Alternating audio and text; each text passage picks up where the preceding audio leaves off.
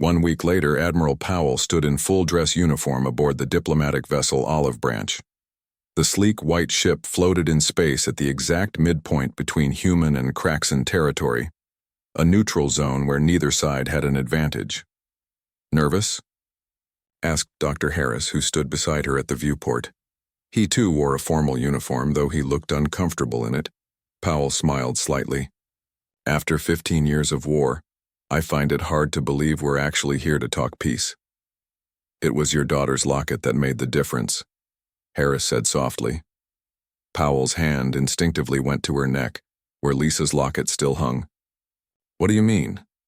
"That day on the Harbinger when you gave the order to activate the singularity, I saw you touch that locket. You were thinking of her, weren't you?" Powell nodded. "I'm always thinking of her." "That's what made the difference," Harris said. "The scientists, the engineers, the politicians, we all built the weapon, but you had the courage to use it." He paused. "And then the wisdom to offer peace instead of total victory." Before Powell could respond, Ambassador Elizabeth Clark approached. The tall, elegant diplomat wore a severe gray suit and a determined expression. "Admiral, Doctor, the Kraxan delegation has docked. They'll be coming aboard momentarily." Powell straightened her uniform. "How many?" "5 representatives, including Supreme Commander Kavar himself," Clark replied. Powell and Harris exchanged surprised glances. The Supreme Commander was the highest military authority in the Kraxan Dominion. His presence showed how seriously they were taking these talks. "Remember," Clark continued, "the Kraxan value strength above all. They respect power, but they despise cruelty for its own sake. Our approach must balance firmness with fairness." Powell nodded. "I understand. We want peace, not revenge." "Exactly." The airlock at the far end of the corridor hissed open. A group of 5 Kraxan entered. They were imposing figures, 7 feet tall with scaled skin in shades of blue and purple. Each had 4 yellow eyes that seemed to take in everything at once. Their movements were smooth and precise, almost reptilian. The tallest wore ornate armor covered in symbols of rank. This had to be Supreme Commander Kavar. The 2 groups met in the ship's conference room, a large, circular space with a round table at its center. No side had the head position, another carefully planned detail. Ambassador Clark opened the meeting with formal greetings, which the Kraxan delegation acknowledged with stiff nods. Then Supreme Commander Kavar spoke, his words translated by a small device on the table. 15 cycles ago, we deemed your species weak, primitive, unworthy of the stars you had begun to claim. His 4 eyes fixed on Powell. We were wrong. Powell maintained a neutral expression, though inside she felt a surge of satisfaction. Arcturus, Kavar continued, you showed power beyond our understanding, power that could wipe us from existence. Yet here you sit, offering terms instead of extinction. He made a gesture that the translator interpreted as curiosity. Why? Powell leaned forward slightly. Because extinction is not our goal. It never was. We fought because you gave us no choice. We developed the singularity weapon because conventional weapons couldn't stop you. But our purpose was always survival, not domination. Kavar's upper eyes narrowed. Some among the High Council suggested you lack the resolve to use your weapon again, that your offer of peace shows weakness. Did those council members see what happened at Sirius? Powell asked mildly. Kavar made a sound that might have been a laugh. They did. Their arguments lost support after that demonstration. We have the ability to deploy singularity devices against every major Kraxan military installation, Harris said, speaking for the first time. We choose not to. The key word being choose, added Ambassador Clark. We believe both our species can benefit more from peaceful coexistence than from continued conflict. Kavar was silent for a long moment. The Dominion has never signed a peace treaty in its 5,000 cycles of history. We conquer or we withdraw. There is no middle ground. Then perhaps it's time for the Dominion to evolve, Powell suggested, just as we had to evolve to survive your attacks. The negotiations continued for hours, The details were complex: territorial boundaries, prisoner exchanges, non-aggression protocols. But the core principle was simple. Each species would respect the other's territory, and neither would interfere with the other's development. As the day ended, a preliminary agreement took shape. Not a full peace treaty that would take weeks of additional talks, but a framework that would stop the fighting while details were finalized. Before the Kraxan delegation departed, Supreme Commander Kavar approached Powell privately. "Admiral," he said, his translator converting his harsh language to soft English. "A question, if I may. Your weapon, did your scientists develop it specifically to counter us?" Powell considered the question carefully. "We developed it because we had to. Your technology was superior to ours in every conventional way. We couldn't match your weapons or your shields. So we found another approach." Kavar's scales rippled, a sign of deep thought. "The Dominion has ruled space in this sector for millennia. We conquered dozens of species, absorbed hundreds of worlds. None ever developed anything like your singularity weapon." "Desperation drives innovation," Powell replied simply. Kavar made a gesture that the translator couldn't interpret. "Or perhaps it is not desperation, but something else. Something unique to humans." His 4 eyes studied her face. "In our long history, we have never encountered a species that fought so fiercely for freedom, yet showed restraint in victory." With that cryptic statement, he rejoined his delegation. Later, as the olive branch prepared to return to Earth, Powell stood again at the viewport, watching the stars. Harris joined her, a data tablet in his hand. "The preliminary agreement has been transmitted to Earth," he said. "President Miller has approved it." Powell nodded. "So it's really happening. Peace." "Not just peace," Harris replied. "A new beginning. For both species. But we keep the singularity technology secret." Powell stated it wasn't a question, of course. "As the president said, it's our insurance policy." Powell sighed. "I've been fighting for so long, I'm not sure I know how to do anything else."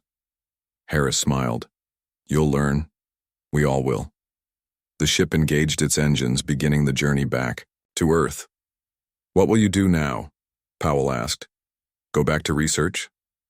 Harris shook his head. "I'm thinking of teaching, passing on what we've learned." "About the singularity technology?" "No, about humanity, about what we discovered about ourselves during this war." Powell raised an eyebrow. "And what was that?" Harris looked out at the stars. "That our greatest strength isn't our technology or our weapons. It's our ability to imagine new possibilities when the old ones fail. To look at the very laws of the universe and ask, what if?" Powell thought about that. Then she smiled. "You'll make a good teacher, Doctor." As the olive branch accelerated toward Earth, Powell thought about all they had lost during the 15-year war. The colonies destroyed, the billions dead. Her daughter Lisa, who would never see the peace that was finally coming. But she also thought about what they had gained. Not just survival, but a new understanding of humanity's place in the cosmos. They had proven themselves worthy of the stars not just through courage or determination, but through creativity, the ability to imagine solutions that no one else could see. The Kraxan had superior technology, superior numbers, and superior resources, but humans had imagination, and in the end, that had made all the difference. Powell touched her daughter's locket once more. "We did it, Lisa," she whispered. "We found a way to survive, and now we can start to live again." The ship jumped to faster-than-light speed, leaving a trail of light behind it as it headed home. The end, a science ship built around one thing, the most dangerous weapon humans had ever made. For 10 years, Harris and his team had worked to build it. Many said it was impossible. Harris had proved them wrong. "Kraxan ships are approaching firing range," said Natalie Kim, Harris's assistant. Her voice shook with fear. "They'll fire any second now." Harris nodded and wiped his glasses on his lab coat.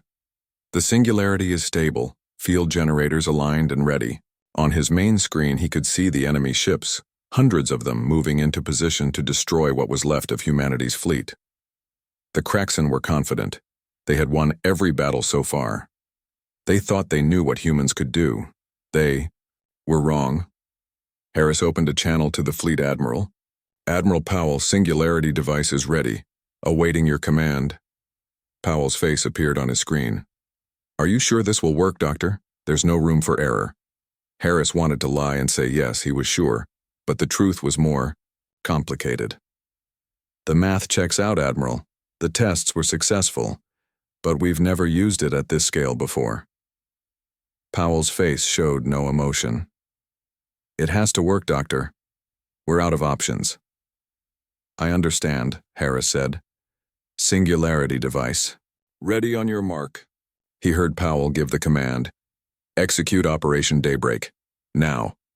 Harris pressed his hand against the activation panel. Engaging singularity field.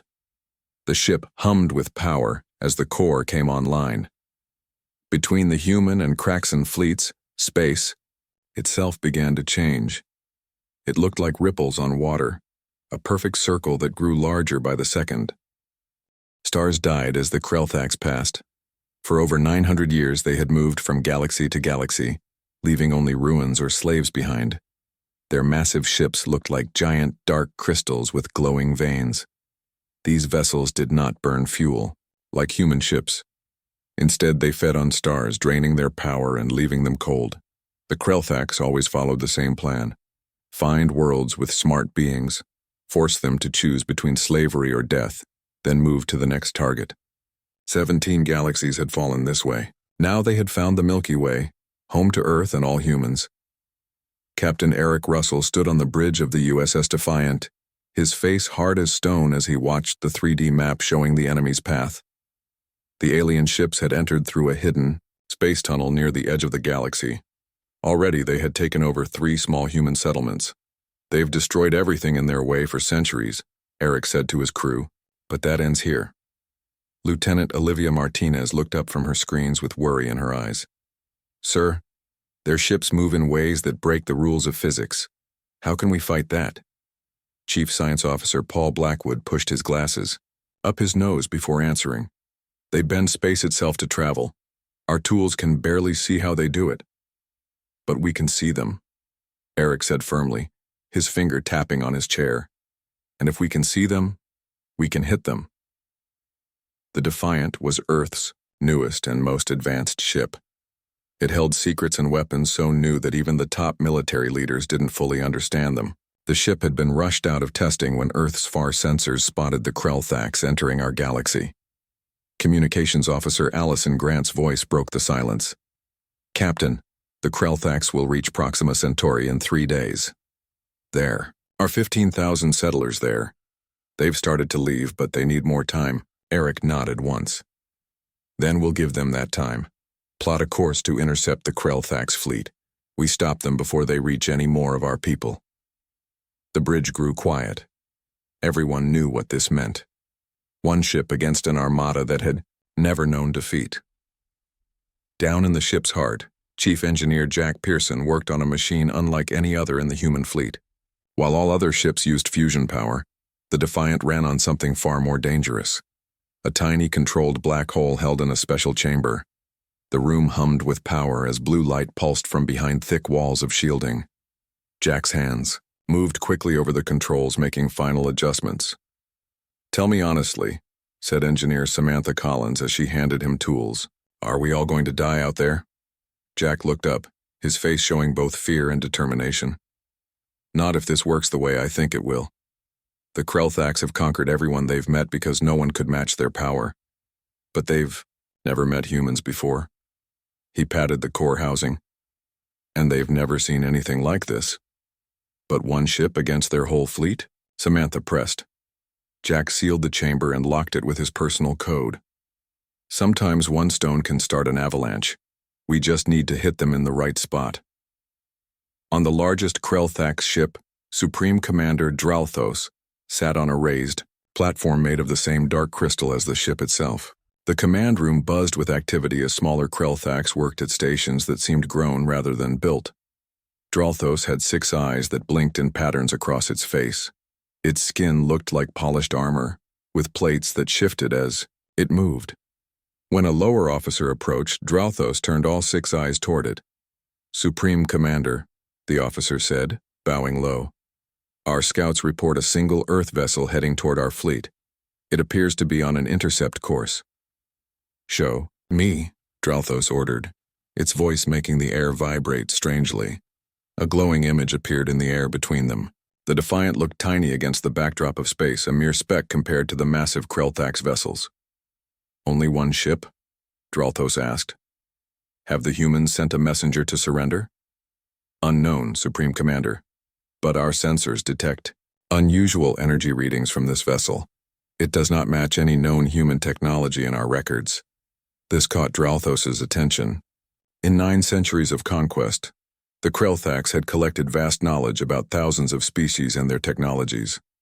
Something new was rare enough to be interesting. "Perhaps they have developed something special in their desperation," Dralthos said. Its armor plates rippled in what passed for laughter among its kind. "Every species tries, at the end. They build one final weapon, one last hope. And every time, we crush that hope." The commander rose to its full height, towering over the officer. "Still, there is no reason to be careless. Divert 3 warships to intercept this human vessel. Study its capabilities before destroying it. I wish to know what humanity considers its best defense." The officer bowed again. "It shall be done, Supreme Commander." As the officer left, Dralthos turned to study the image of the Defiant again. Something about this situation felt different. After 900 years of easy victories, the commander had developed instincts for danger. "You are hiding something," Dralthos said to the image as if the human captain could hear. "But it will not save you or your species." Back on the Defiant, final preparations were underway. The ship's special weapons, the Horizon Array, were being charged for the first time. No one knew exactly what would happen when they were used in actual combat. Eric Russell stood in his quarters, looking at a small picture of his family back on Earth. His wife Kate and their daughter Lisa smiled up at him. He touched the photo gently before putting it away in his pocket. "Captain to the bridge," came Allison's voice over the comm system. "Krelthax vessels have changed course. 3 ships are now heading directly for us." Eric took a deep breath. "On my way." In the hallway, crew members paused their work to look at him as he passed. Some nodded respectfully. Others simply watched with worried eyes.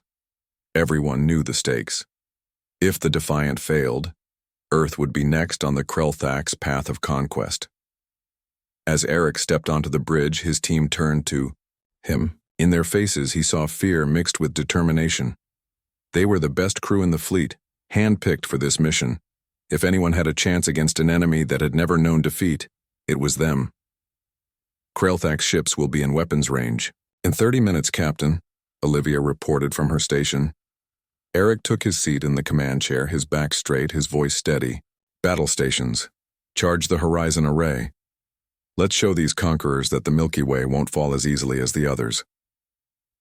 As warning lights flashed and the crew moved with practiced efficiency, Eric felt a strange calm settle over him. One ship against an empire that spanned galaxies. The odds were impossible, but humans had always done their best work when faced with the impossible. The Defiant waited in the emptiness of space. To anyone looking, it would seem tiny and alone against the endless stars. Captain Eric Russell stood tall on the bridge as the first Krelthax ship came close enough to see with the naked eye. Navigator Ryan Johnson's mouth fell open. "Captain, it's as big as a small moon." The alien ship looked like a giant crystal jellyfish. Its middle part was nearly 9 miles across. Long crystal arms stretched for hundreds of miles in all directions. These arms glowed with strange energy that the ship's computers couldn't identify. "Open a communication line," Eric ordered. "Let's see if they want to talk before they start shooting." Allison tapped buttons on her console. "Channel open, sir." Eric stood straight and spoke clearly. "This is Captain Eric Russell of the Earthship Defiant. You are entering protected space. Please stop your advance and tell us why you're here." The aliens didn't answer with words. Instead, a flood of data hit the Defiant's computers. Paul's eyes grew wide as he looked at his screens. Captain, they're not just scanning us. They're trying to break into our computer systems. Can we keep them out? Eric asked quickly. For now, Olivia answered, her fingers moving fast over her controls. But they're using methods I've never seen before. After a few tense moments, the ship's computer translated the alien message. It spoke in a flat, robot-like voice. Primitive vessel. Your resistance is noted but means nothing. Submit to classification or be destroyed. Eric frowned. Classification? What does that mean? Paul read from his screen. They put species into 3 groups. Class 1, good enough to be slaves. Class 2, to be harvested for resources. Class 3, immediate destruction as a possible future threat. Eric's face hardened. And who decides which group we belong to? They do, Paul said, based on how advanced our technology is and if they think we're useful. Suddenly, the Krelthax ship fired a beam of energy that washed over the Defiant. The lights flickered, and some systems briefly went offline. Shields holding at 92%. Olivia reported. That wasn't a full attack, they're just testing us. Eric nodded. Then it's time we showed them what humans can do. Lieutenant Martinez, get the Horizon Array ready. Olivia looked worried. Sir, we've never used that weapon in real combat. Today is the day we find out if it works, Eric replied. Target their movement arms. Low power. Let's see how they handle a punch to the nose. Hidden panels on the Defiant's hull slid open, revealing strange blue crystal weapons unlike anything humans had used before. On the Krelthax ship, Supreme Commander Dralthos received the report about the human vessel. Classification complete, said the Krelthax science officer. Humans, Class 3. Their technology is developing too quickly. They could become a threat in the future. Recommended action, immediate destruction.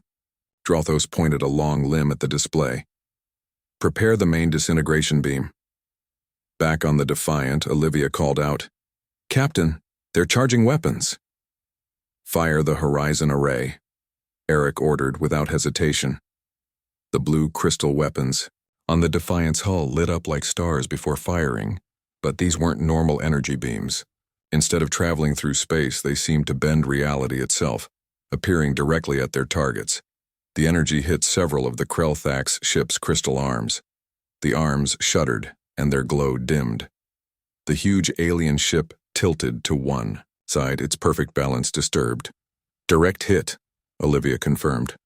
Their power levels have dropped by 27%. What has happened? Dralthos demanded, as red warning lights flashed throughout the command center. The human weapon, the science officer answered, clicking its mouthparts nervously. It created space-time disruptions where it hit. 3 of our movement arms no longer work. For the first time in hundreds of years of easy victories, Dralthos felt something close to worry. This had never happened before. No species had ever damaged a Krelthax warship on the first attack. Send the signal to the full fleet, Dralthos commanded. This human species requires special attention. In the distance, dozens more Krelthax ships began changing direction. Their massive forms turned toward the single human vessel. Eric watched the display screen as enemy ships moved to surround them. Despite the danger, a small smile crossed his face. Well, he said, I think we got their attention. Sir, Paul called from his station. I'm detecting energy signals from at least 30 more Krelthax vessels heading our way. Captain, Olivia said, her voice steady despite her fear. Should we retreat? We've proven the weapon works. We could take this information back to Earth. Eric shook his head. No. If we run now, they'll follow us straight to Earth. Our job isn't just to test the weapon, it's to make them focus on us instead of our colonies. The bridge grew quiet as everyone realized what this meant. They were deliberately drawing the enemy's full attention. It was a dangerous game. Besides, Eric added, we've just proven something important. These conquerors of galaxies aren't invincible after all. In the engine room, Jack felt the ship shudder as power flowed to the weapons. Warning lights flashed on his console. What's happening up there? Samantha asked, rushing to help him stabilize the black hole power core. "We're fighting back," Jack said with a fierce grin. "And from the looks of these power readings, we just landed a solid punch." The core pulsed with blue light as Jack made adjustments. "This is just the beginning. The Horizon Array is working, but we need more power for what comes next." "More power?" Samantha asked. "The core is already running at 80% capacity. Going higher is risky," Jack nodded. "Everything about this mission is risky, but we need to be ready for Phase 2 when the captain gives the order." Back on the bridge, Eric studied the tactical display. The Krelthax ships were moving into an attack formation, surrounding the Defiant from all sides. "They're trying to box us in," Ryan noted from the navigation station. "Let them try," Eric said. "Olivia, charge the Horizon Array to full power. Paul, begin the targeting sequence for their central ship." "Full power, sir?" Olivia asked. "That could destabilize our core." "I'm aware of the risks, Lieutenant," Eric replied. "But we need to show these bullies that picking on humans was the biggest mistake they've ever made." As the Defiant prepared for the next attack, the Krelthax ships closed in, their crystal arms glowing brighter as they charged their weapons. In the command center of the lead ship, Dralthos watched the tiny human vessel with all 6 eyes. "Such a small thing," the commander said. "And yet it fights when it should surrender. Interesting. Shall we destroy it with combined fire?" asked a subordinate. "No," Dralthos decided. "I want to study their weapon technology first, capture the vessel if possible, kill the crew, but preserve their ship." The order went out, and the Krelthax fleet adjusted its approach. They didn't realize they were facing an enemy unlike any they had encountered before, a species that had spent its entire history perfecting the art of war against itself, and now had turned that expertise outward to the stars. 3 weeks later, the full Krelthax fleet arrived at the edge of Earth's solar system. Over 200 massive ships moved into their attack formation. This same pattern had brought death to countless worlds across 17 galaxies. Despite losing their advanced ships, the Krelthax saw no reason to change their winning approach. Supreme Overlord Vrexthal, ruler of the entire Krelthax Empire, had taken personal command after hearing about the loss of 5 warships. This had never happened before in 900 years of conquest. "Show me this species that dares to fight back," Vrexthal ordered. The main screen showed images of Earth and its colonies, small outposts of life spread across a handful of star systems. Nothing that should have been able to challenge the mighty Krelthax war machine. "We have identified the human ship that destroyed our scouts," reported a senior officer. "It uses technology we have not seen before." "It does not matter," Vrexthal dismissed with a wave of a long limb. "Begin the standard approach, full attack formation." The massive Krelthax fleet moved forward as one, their crystal arms creating beautiful but deadly patterns of light and energy. This sight had been the last thing countless civilizations had seen before their end. Waiting for them was not just the Defiant, but a fleet of 30 human ships. Each now carried both the Horizon Array weapons and black hole power cores. Captain Eric Russell stood on the bridge of the Defiant, which now led humanity's defense force. "All ships report ready, Captain," Allison announced. "Good," Eric said. "Start Operation Orpheus full deployment." Throughout the solar system and beyond, thousands of Orpheus devices turned on at the same time, creating an overlapping field of quantum disruption that stretched from the Kuiper Belt to the orbit of Mars. The effect on the Krelthax fleet was immediate and dramatic. The perfect formation fell apart into chaos as ship after ship lost control. Some crashed into others while some fired weapons randomly, hitting their own allies. "What is happening?" Vrexthal roared as the flagship systems began to fail. "How is this possible?" "The neural network is failing everywhere," came the panicked response. "We cannot maintain formation." Eric watched the tactical display with grim satisfaction. "All ships move to attack positions. Target and fire at will." The human fleet moved forward. Though smaller than the alien ships, they carried deadly power. The Horizon Arrays activated one after another, each ship targeting a different Krelthax vessel. One by one, the massive alien ships imploded as their cores were hit. For the first time in their long history of conquest, the Krelthax faced not just resistance but defeat. "Supreme Overlord," a subordinate addressed Vrexthal, We must retreat and rethink our strategy. This attack is failing. Vrexthal's multiple limbs twisted in rage. The Krelthax do not retreat. Change the neural pathways to work around the disruption. It will take time, came the response. Hours, perhaps days. Time they did not have. The human fleet continued its methodical destruction of the Krelthax armada, ship by ship. On the Defiance Bridge, Paul monitored the enemy's responses. They're trying to adapt to the Orpheus field, he reported, changing their neural frequencies. Eric nodded. As we expected. Olivia, signal all ships to implement Phase 2. The Orpheus devices changed their emission patterns, shifting to counter the Krelthax adaptations. The alien vessels, in the middle of their reconfiguration, were hit with fresh disruption patterns they could not counter. This is impossible, Vrexthal raged as system after system failed throughout the flagship. We have conquered 17 galaxies. We cannot be defeated by a species from a single planet. But the evidence was clear. Already, over half the Krelthax fleet had been destroyed, with the rest in disarray.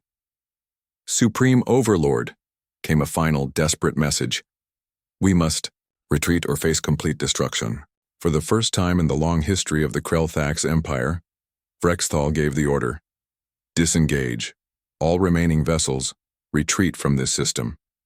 The surviving Krelthax ships, less than a quarter of their original number, activated their space-folding drives and fled, leaving behind the wreckage of what had once been the most fearsome armada in known space. On the Defiance Bridge, a cheer went up as the tactical display confirmed the enemy's retreat. They're running, Olivia announced, amazement clear in her voice. Not just running, Eric said quietly. For the first time, they're afraid. In the days that followed, humanity began to understand what they had accomplished. The Krelthax, in their pride, had never developed defenses against the kind of attack humanity had created. Their conquest had been so complete, so overwhelming that they had grown careless. 1 month after the battle, Captain Eric Russell stood in the Grand Hall of the newly formed Galactic Defense Council, addressing representatives from dozens of species who had fled the Krelthax over the centuries. Today we extend the protection of the Orpheus network to all willing civilizations, Eric announced. And more importantly, we share the technology so that you may protect yourselves. A murmur ran through the gathered delegates, many of whom represented the last survivors of once great civilizations that had been shattered by the Krelthax. For too long, these conquerors have preyed upon isolated worlds, Eric continued. Their strength came not just from their technology, but from our division. That ends today. The alliance that formed after humanity's victory would eventually stretch across multiple galaxies, creating a network of mutual defense that the Krelthax could not overcome. The conquerors, faced with resistance they could not crush, were forced to withdraw to their home systems. Years later, on the observation deck of the Defiant, now extensively rebuilt and improved, Captain Eric Russell stood with his senior officers, watching as the ship approached a newly freed world. Did you ever think, Olivia, now a commander, asked quietly, that one ship, our ship, would change the course of history for the entire galaxy? Eric shook his head. Not when we started. But that's the thing about humanity that the Krelthax never understood. We don't have to be the strongest or the most advanced. We just have to be clever enough and determined enough to find the one weakness our enemy never thought to protect. As the Defiant moved into orbit around the freed planet, the crew could see celebrations beginning on the surface below. Another world reclaimed from an empire that had once seemed unstoppable. Jack joined Eric and Olivia on the observation deck, looking down at the planet. You know, he said, I've been studying the Krelthax technology we salvaged from the battle. Their neural networks are actually quite brilliant. With some modifications, we could adapt it for our own ships. Always looking to improve things, aren't you, Jack? Eric said with a smile. That's what humans do, Jack replied. We take what works, make it better, and move forward. The Krelthax conquered for centuries without ever improving their technology. That was their real weakness. And our strength? Olivia added. Eric nodded. The Krelthax thought size and power were all that mattered. They forgot that sometimes the smallest stone, thrown in just the right spot, can bring down a giant. On the planet below, the inhabitants, a species that had lived under Krelthak's rule for generations, were experiencing their first taste of freedom. Their world was just one of dozens that had been liberated in the years since the Battle of War, Seoul, as it was now called in history books, but it had all started with one ship, one crew, and one desperate plan. "Message from Earth Command, Captain," Allison called from the communication station. "3 more Krelthax-controlled worlds in the Andromeda Galaxy have requested our assistance. They're rising up against their overlords." Eric smiled. "Set. Of course, Ryan. It seems our work isn't done yet." As the Defiant prepared to jump to its next mission, Eric took one last look at the celebrating planet below. The Krelthax had conquered 17 galaxies with their overwhelming might. Until one human ship stopped them cold.